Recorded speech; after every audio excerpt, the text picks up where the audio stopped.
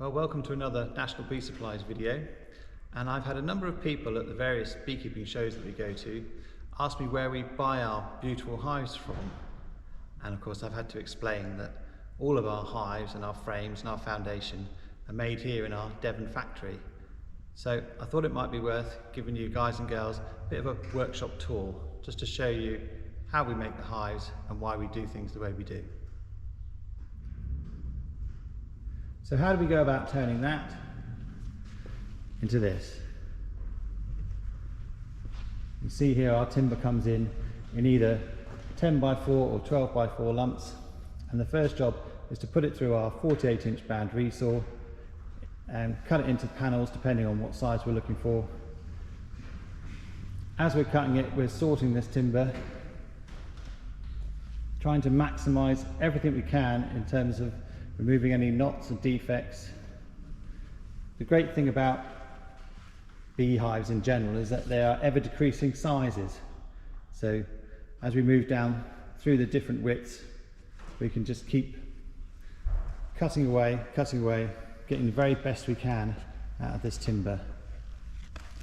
And this stuff isn't cheap. We really need to be maximising every piece. So after it's been through the bandsaw, we have to put it into stick. And this is probably the most important part of the whole process.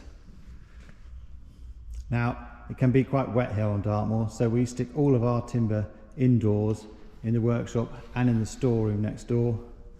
And we're waiting for it to get down to about 12 to 14%, because it's vitally important that you get all the shrinking done now, so that when we make the boxes, A, we'll get a beautiful finish on them.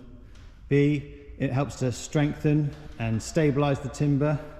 But most importantly, because that shrinkage has been done, we're not going to lose the bee space after manufacture, which is really what makes a movable comb hive work.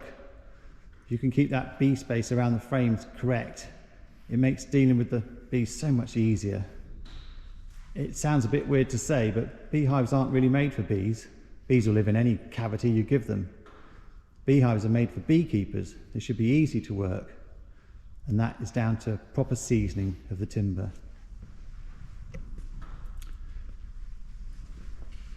Well, once it's been seasoned and we're happy with it, then it comes and goes through our 6 cutter here. And this is great because it's all computer controlled. So if I want national brood chamber outside or inside or super or lift or whatever, I can just tap the number into the machine and it's automatically the right size, and more importantly it's exactly the same size as it was last time.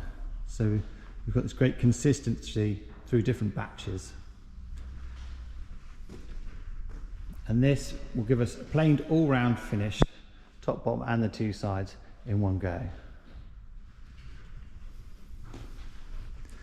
Next we have to cross-cut all the timber, and again as we're doing this we are looking for any way we can maximise, again by cutting out any knots or any sapwood or splits or shakes.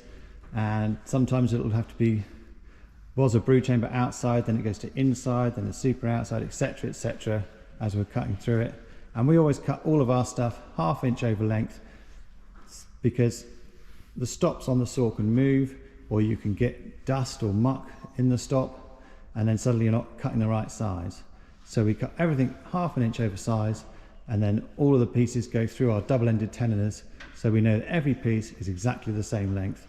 And we can also put in any sort of grooves at the same time through the tenonner. Here you can see the ever decreasing sizes in terms of beekeeping equipment, and you'll notice that all of our pieces are solid lumps of wood. We don't use any of these composite glued together boxes that you see around these days.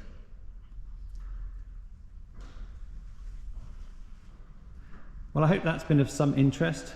There's some other videos online of our wax plant showing how that works. Maybe I'll put one of them to link in the description.